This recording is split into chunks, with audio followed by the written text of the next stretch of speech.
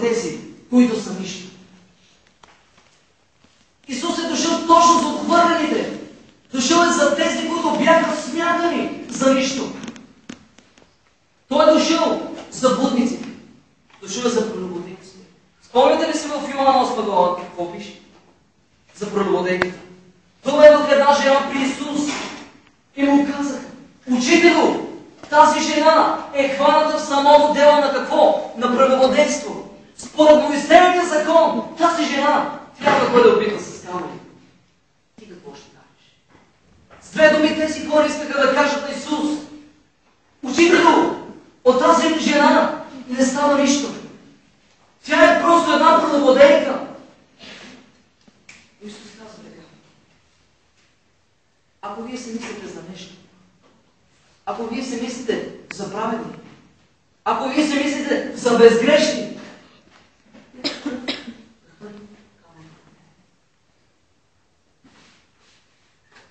затова Бог прави от нищото нещо. Време е да съзнаем, че ние сме нещо в този свят.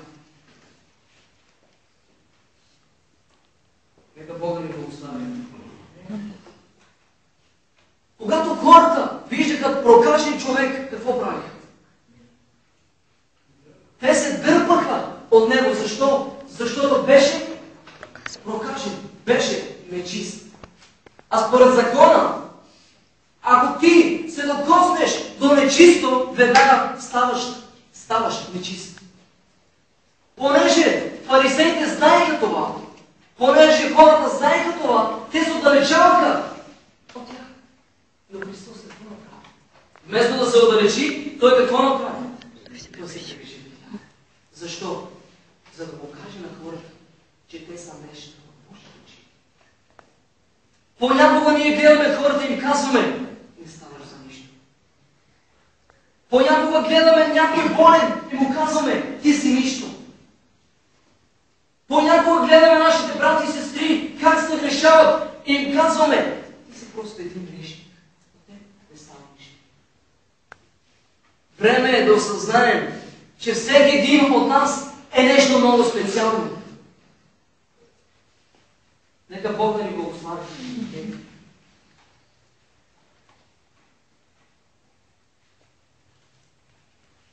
Дявол се опитва да промени нашия мозък.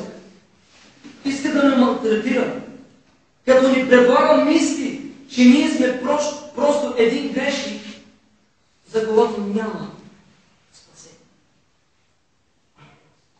Затова Бог тази вечер иска да ти каже: ти си нещо, което аз много обичам. Ти си нещото, за което аз дадох своя син. Ти си нещото, за което аз пролях кръвта си. Ти си нещото, за което съм готов на всичко. Ако ти случайно не си мислиш, че не става нищо от теб, тази вечер Бог иска да промени твоето мислене. Амин. Амин.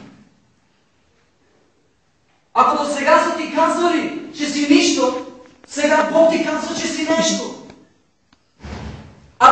Ако до сега си мисли по един начин за себе си, сега Бог иска да мислиш по друг начин за себе си. Колко от нас знае, че имаме ум Христов? А според вас, как мисли Христос за нас? Дали Христос мисли, че сме нищо? Не. Христос мисли, че сме нещо. И Христос вярва в нас.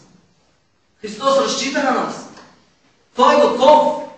Винаги не ни помага.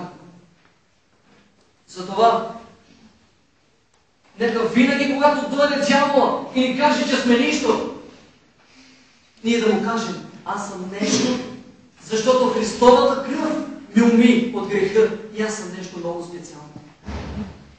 Нека Бог да ни благослови. В Първо Петрово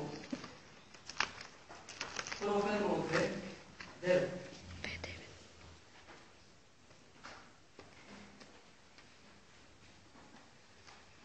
Казва така: вие сте избран род, царско свещенство, свят народ, народ, който Бог придоби, за да възвестява превъзходството на този,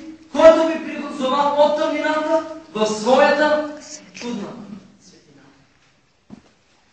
Искам тази вечер да ти кажа, че ти не си случайен. Че ти си цар. Че ти си царица. Ние сме царе. Ние сме нещо много ценно. Дявол се опитва да вземе от умът ни, Словото, което Бог ни дава. Затова ние понякога се проваляме. И започваме да се съмняваме в Бог. И казваме: Бог, Боже, защо си ме създал? Защо съм жив?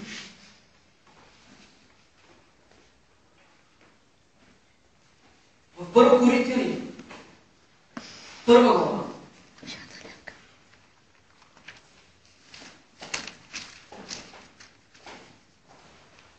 Първо Коринтияни, 1 глава, 27 стих.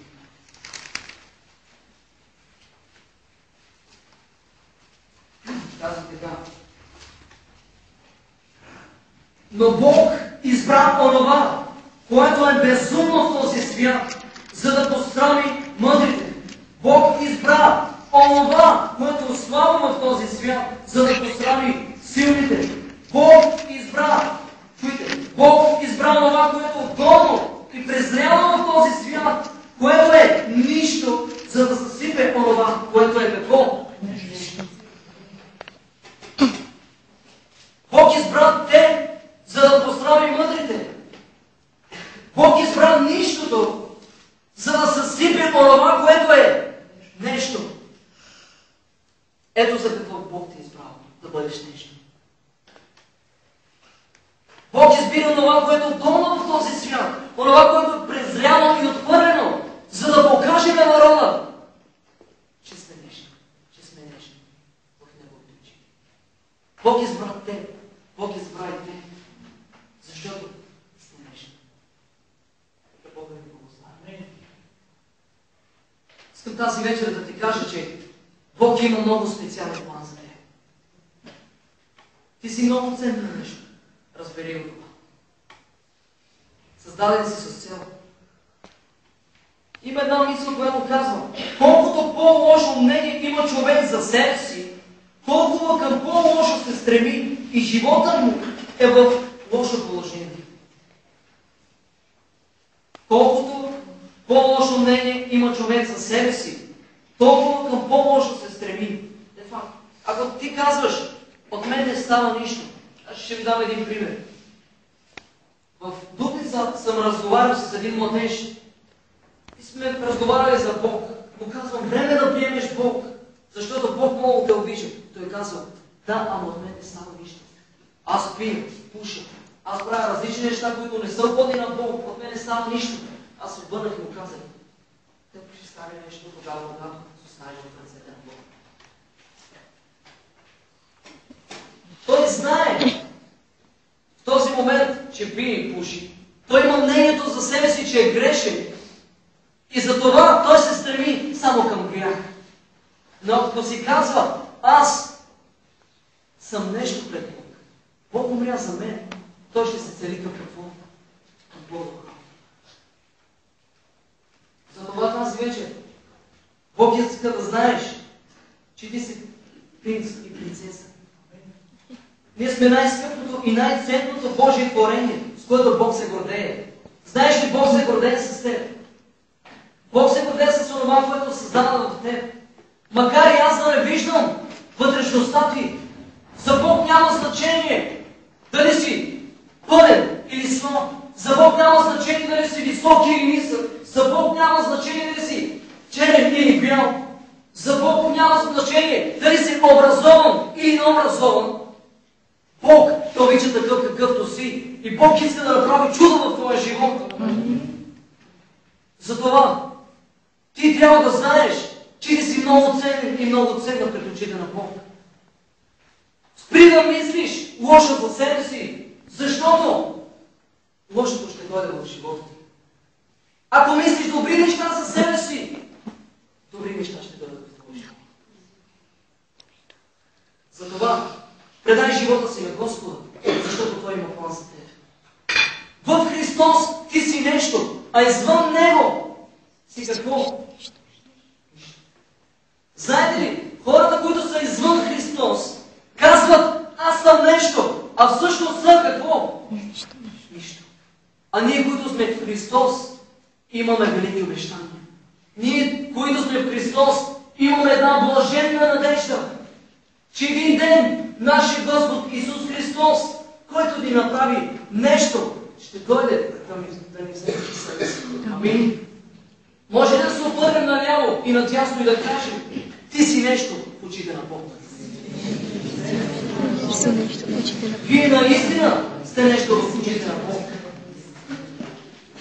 Затова, когато дойде дявола и ви говори, и ви казва, че вие сте нищо, от вас не става нищо, вие сте грешни. Просто вие трябва да му се съпротивите. Онзи човек, който облечен с Божието всеоръжие, е винаги готов за война. Знаете ли, че ние сме във война? И тази война не е срещу плът и кръв. Затова, ако ти си мислиш, че си нищо, т.е. ще загубиш войната. Но ако ти си казва, че си нещо в очите на Бог, Бог ще ти издига и ще те облече със своето всеоръжие. Амин. Нека Бог ви благослови.